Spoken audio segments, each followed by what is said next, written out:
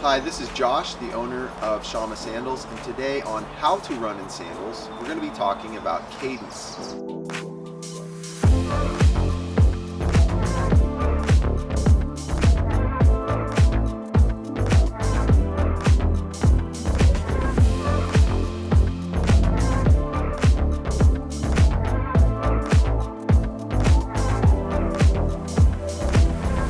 Now, cadence is how many times your feet strike the ground in a minute. It's been determined, as far as I can tell, on the internet and from what everybody's told me, that we want to hit the ground 180 times per minute, 180 steps per minute. And I typically run somewhere around 175 to 178 steps per minute. It's pretty rare for me to hit that 180 mark perfectly. My wife, on the other hand, she'll actually run a little bit above 180 steps per minute from time to time.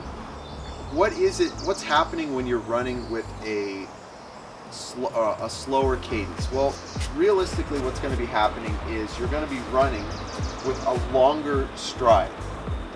Now, a longer stride is not desirable because the more we lengthen our stride, we're pushing out past landing directly underneath our body. And what that's going to look like is somebody that is closer to jumping with each step. It's going to be more like jumping. The other side of it, when you go past 180, is that you are at this point starting to run what I would call really tight. And it might be more of like a protective run. You'll see people running with a really, really short stride, and it's so tight because they don't want to actually strike the ground. Those are problems in both directions. And in either direction, you're not going to be running efficiently, and you're going to be running in a way that's uncomfortable and really not taking advantage of sort of your natural biomechanics. The first thing that's happening, we'll talk about this sticky running for a second, and that's definitely the problem I get into because I will take a longer stride and it'll tend to land farther outside my body than I want it to, which is going to cause problems. And so what I am always doing is I'm always very cognizant of trying to get this foot to turn over and come down quicker, and so it doesn't go out as far. So I'm thinking in my head about changing how far my legs step. But there's another thing. There's another way to approach it, which is arm swing. So your arms and your legs are connected. And if you're a sprinter, for instance, you're going to really drive with your arms, speed up your arms to accelerate your legs. Well, what I try and do is I think about the same thing. I think about two things: the length and the speed of my arms. So I will tend to swing longer because I have a lower cadence, so I shorten that a little bit and I move it quicker, and my legs will kind of come into heel, right? They'll come along with what I'm doing, and that'll help me get a little bit more efficient.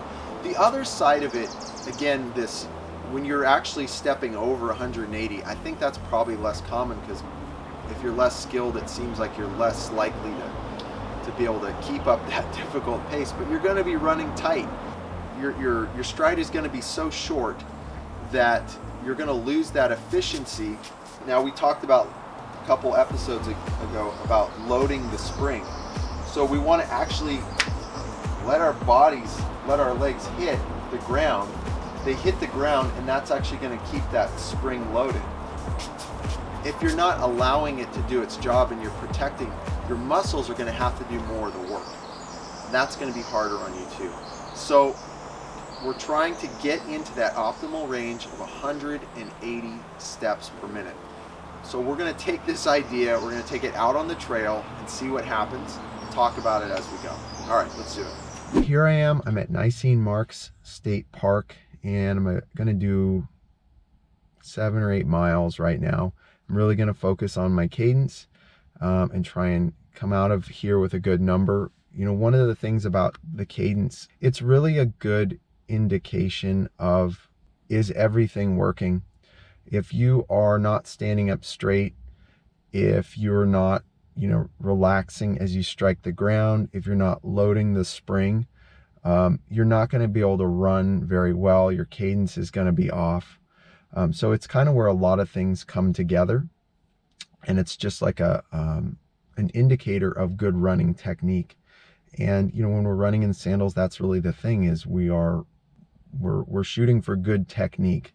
We can't deviate from it because we don't have a lot of cushion under our feet, so we got to stay focused on that. In any case, I'm gonna see if I can put it into practice right now, and if nothing else, it'll be a nice run. So one of the reasons I chose Nicene marks to run at is because there's a lot of flat roads here and just mild inclines. You're gonna find that it's gonna be a little more difficult, depending on the terrain, to maintain that 180. Especially like one of the places I run, the trails are tight and there's just a lot of ups and downs. You find yourself jumping more. So again, if you're gonna be jumping more or having to leap over things, it's really gonna drop your cadence down. And a place like Nicene marks, I can just focus on my technique and practice it for a good distance.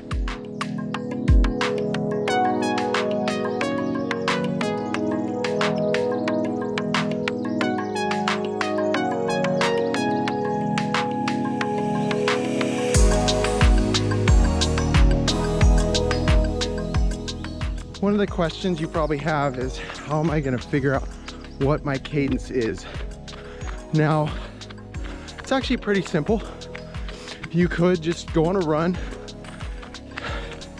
take your watch, time yourself for 1 minute, and during that 1 minute, count how many times your feet hit the ground, or just count 1 foot, how many times it hits the ground, multiply it by 2.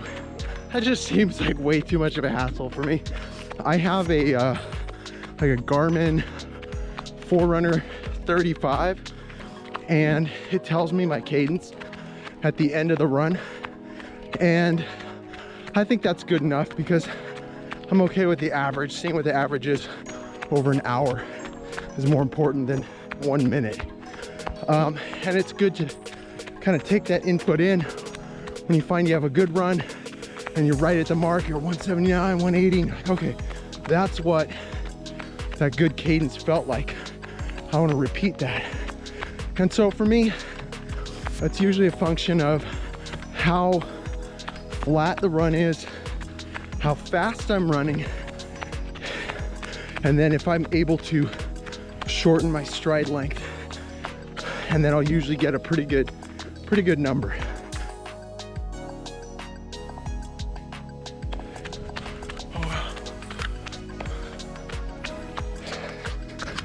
That was really cool. I almost ran into a deer. Anyways, what a great place to run.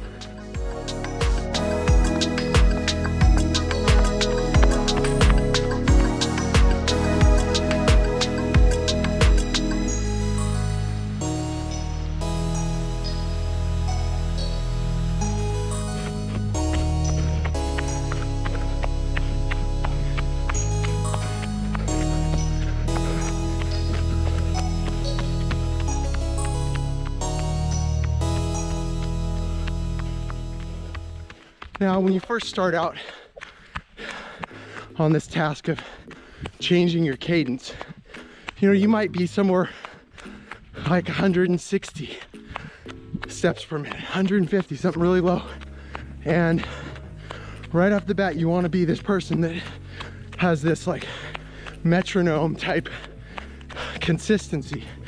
Well, it's probably not going to happen. I just want to let you know. And that really is like a larger point about running in sandals, running in general, which is there's the perseverance aspect, and we want to look for gradual improvement over time. You don't have to get there right away.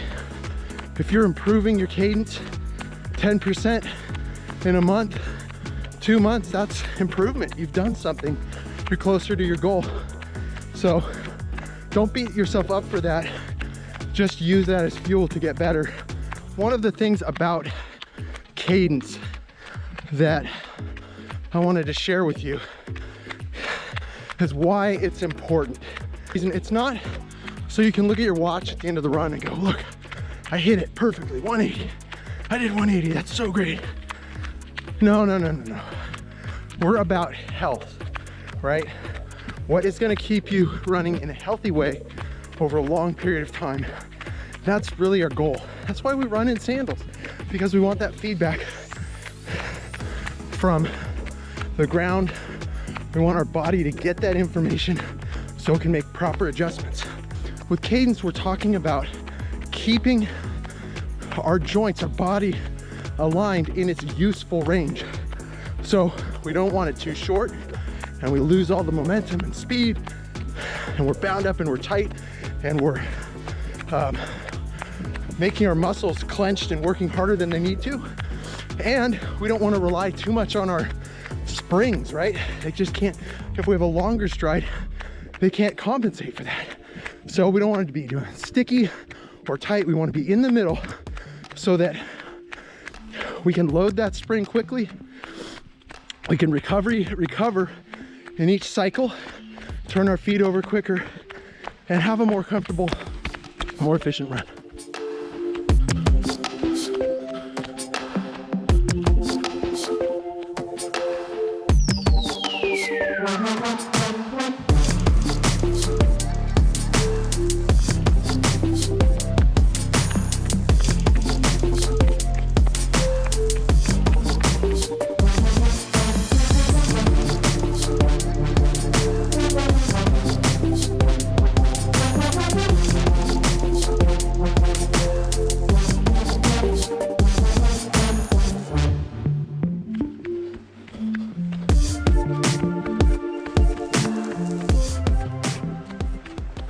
So I'm going through a section of downhills, a little section of downhills, and I was reminded of something my wife said recently that I think is really insightful, very helpful.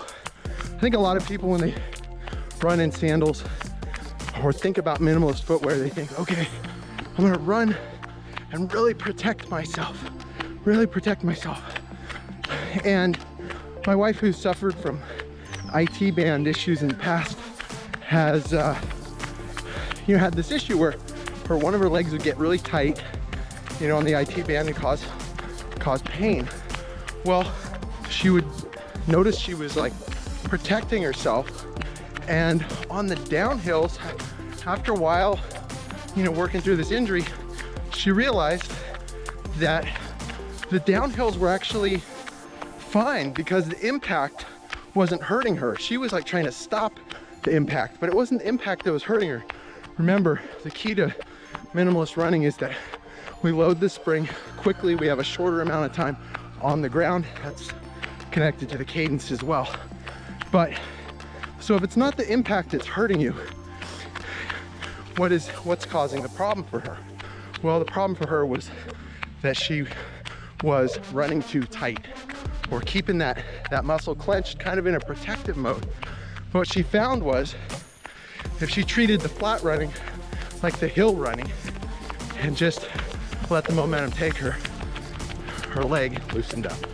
So I think that's just great insight for our cadence and for our minimalist running and all running in general.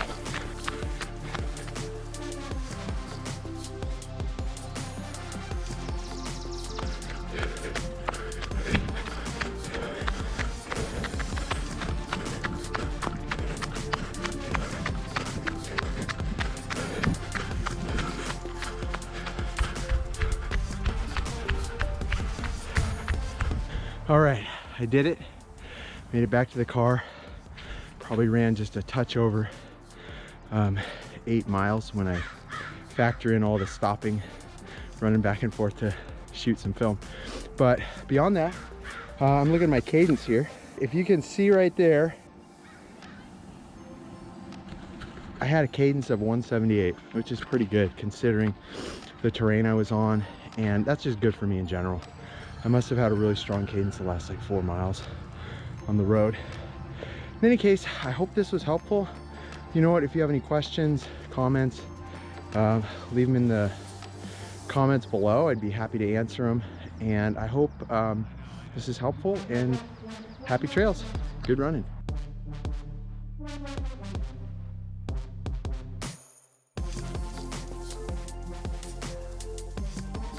Thanks for watching this video. If you enjoyed it, hit the like button, leave a comment, and subscribe to our channel for more weekly content. And make sure to click the bell so that you'll be notified every time we post something new.